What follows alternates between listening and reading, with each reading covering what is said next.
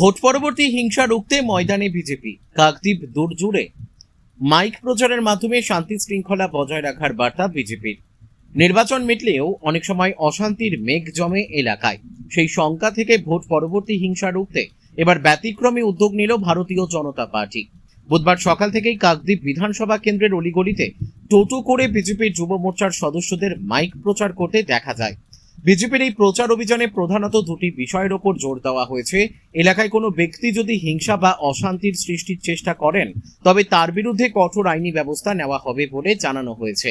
অন্যদিকে দলের পক্ষ থেকে সাধারণ মানুষের কাছে অনুরোধ করা হয় রাজনৈতিক মতাদর্শ নির্বিশেষে সকলকে যেন একে অপরের প্রতি সৌহার্দ্য ও ভ্রাতৃত্ব বজায় রাখেন।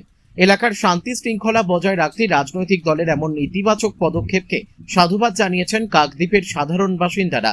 তাদের মতে এই ধরনের প্রচার সাধারণ মানুষের মনে আশার সঞ্চার করে এবং দুষ্কৃতীদের মনে ভীতির সৃষ্টি করে। ভোটের পর উত্তপ্ত পরিস্থিতি স্বাভাবিক করতে এই সচেতনতামূলক প্রচার কার্যকরী হবে বলেই মনে করছে রাজনৈতিক মহল। দক্ষিণ 24 পরগনার কাকদ্বীপ থেকে রবীন্দ্রনাথ পড়ুয়ার রিপোর্ট, বিগ নিউজ বাংলা। হ্যাঁ, অবশ্যই নিরাপদ মানে আমরা চাইছি দীর্ঘদিন ধরে ভারতীয় জনতা পার্টি আসুক। ভারতীয় জনতা পার্টি আসার পরে বর্তমানে সব থেকে ভালো লাগছে এই যে মাইকিং করে দেওয়া হচ্ছে। কোনো রকমের কোনো অশৃঙ্খলা না করে যাতে আমরা সাধারণভাবে সুস্থভাবে কাজে ফিরতে পারি, কাজ থেকে আসতে পারি, কাজে যেতে পারি, এইটা যাতে লক্ষ্য নজর রাখে। আগামী দিনে সরকার করুক, সরকার ভালো করুক, ভালো উন্নতি কিছু করুক, এইটাই আমরা সাধারণ মানুষ চাই।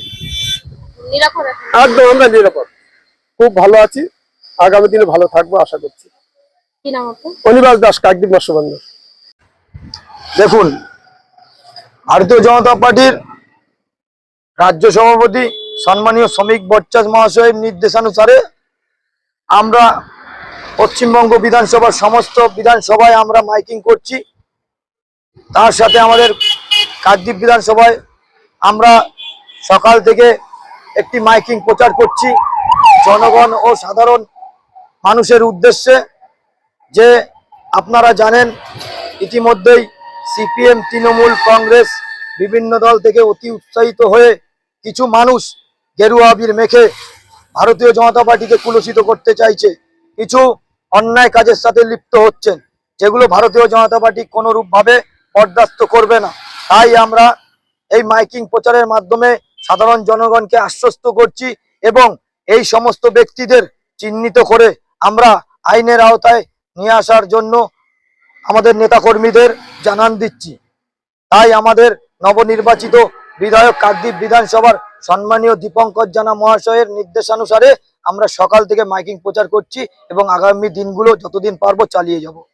কোনোভাবে কোনো জায়গায় যদি এই হিংসাত্মক ঘটনা ঘটে কোনো টলারেন্স হবে না, তাই জিরো টলারেন্স, আমরা জিরো টলারেন্স করবো। কোন রূপ যদি এইরূপ কোনো ঘটনা ঘটে থাকে, সাধারণ মানুষের উপর যদি অত্যাচার হয়, আমরা সেটা ভারতীয় জনতা পার্টির কর্মী সমর্থক চিহ্নিত করব এবং বাইরের দল থেকে কিছু হারমাত বাহিনী এসে যদি গেরুয়া আবির মেখে এইরূপ কাজ করে থাকে তাদের চিহ্নিত করে আমরা আইনের আওতায় তাদেরকে শাস্তির দাবি জানাবো।